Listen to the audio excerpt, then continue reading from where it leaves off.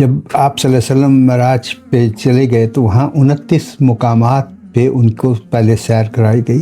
ہر ایک مقام پہ ان کو ایک احکام دیا گیا. 29 احکامات اور 70 مقاموں کی جو سیر تھی، دونوں کو ملا کے 99 نام آپ صلی اللہ علیہ وسلم کو اس رات کو رب تعالیٰ نے عطا فرمائے.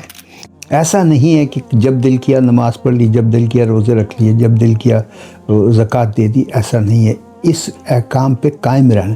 تو یہ ایک گائیڈنس ہے ہم لوگوں کو راہ راست پہ لانے.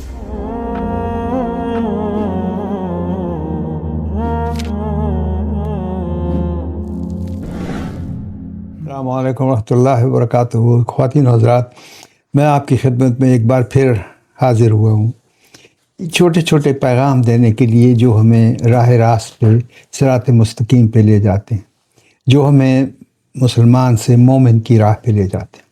آج ہم وہ احکامات دیکھتے ہیں، سنتے ہیں، غور کرتے ہیں جو آپ صلی اللہ علیہ وسلم کو شب معراج رب تعالیٰ نے دیے تھے. احکامات جب آپ صلی اللہ علیہ وسلم معراج پہ چلے گئے تو وہاں 29 مقامات پہ ان کو پہلے سیر کرائی گئی، اور ان ہر ایک مقام پہ ان کو ایک احکام دیا گیا. تو 29 احکامات ہیں جو کہ تقریباً کمپلیٹ اسلام کا نظام ہے. تو وہ اگر ہم ان کو ان پہ غور کر لیں ایک ایک کر کے، تو ہمیں اسلام کا قواعد اور ضابطہ جو ہے وہ مکمل طور سے مل جاتا ہے. اس کے بعد آپ صلی اللہ علیہ وسلم نے 70 مقامات کی اور سیر کی. ان 70 مقامات پہ آپ کو اللہ سبحانہ تعالیٰ نے ایک نام سے پکارا. تو یہ 29 احکامات اور 70 مقاموں کی جو سیر تھی، دونوں کو ملا کے 99 نام آپ صلی اللہ علیہ وسلم کو اس رات کو رب تعالیٰ نے عطا فرمائے.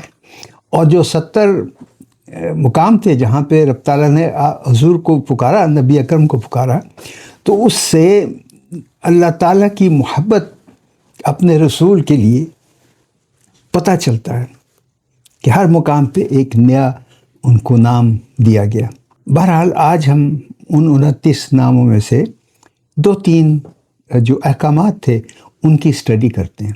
اور یہ 29 جو احکامات تھے، ان کا تعلق 29 قرآن کریم کی سورہ سے بھی ہے جو مقطعات سے شروع ہوتی ہیں، حروف مقطعات سے شروع ہوتی ہیں. سو دیر از اے کنیکشن بٹوین ان احکامات میں اور حروف مقطعات میں، جن سے کہ سورہ سم آف دم شروع، جیسے الف لام میم ہے، شروع ہوتی ہیں. تو وہ اس پہ آپ غور کیجیے گا. پہلا جو احکام تھا، پہلا حکم جو تھا، اس میں اللہ تعالیٰ نے یہ کہا کہ میرے ساتھ کسی کو شریک مت کرنا.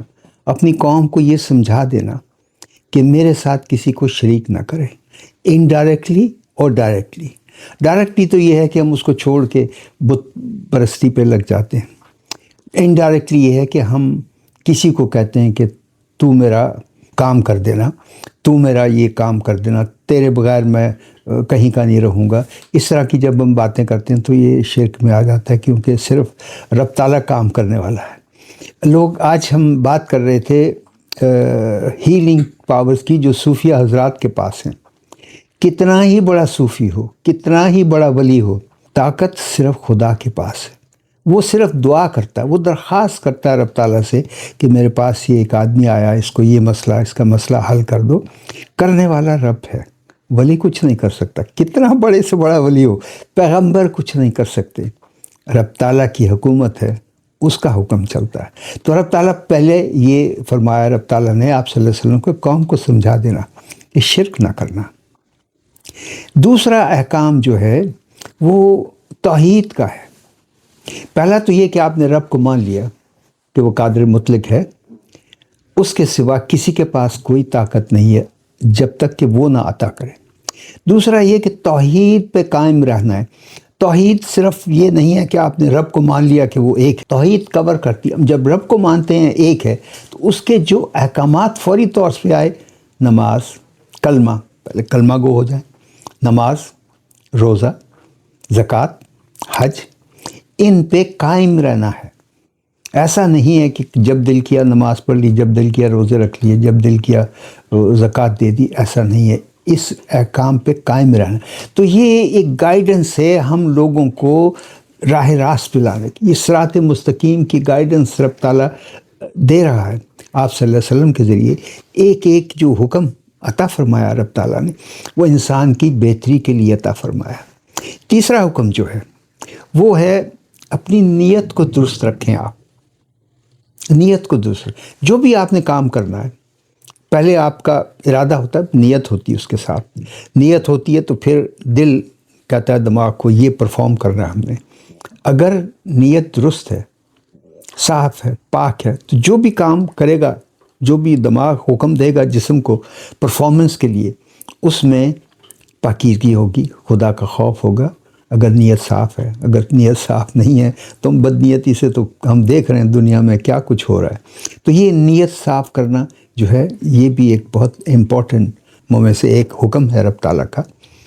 خواتین و حضرات, اسی طرح ہم 3 4 کر کے احکامات جو ہیں آئندہ کے ویڈیو میں بھی آپ کی خدمت میں پیش کریں گے, لیکن ان پہ غور کیجیے گا, بہت امپورٹنٹ. اگر ان کو آپ کاغذ کے اوپر لکھ لیں اور لگا لیں اپنے سامنے تو آپ کی زندگی جو ہے اس کو ایک گائیڈنس مل جاتی ہے ان رائٹنگ. ان شارٹ آپ کو یہ نہیں کرنا پڑتا کہ پہلے قرآن کریم پڑھ لو, پھر اس کا ترجمہ پڑھ لو, پھر آپ کو یہ پتہ چلے گا کیا کرنا ہے.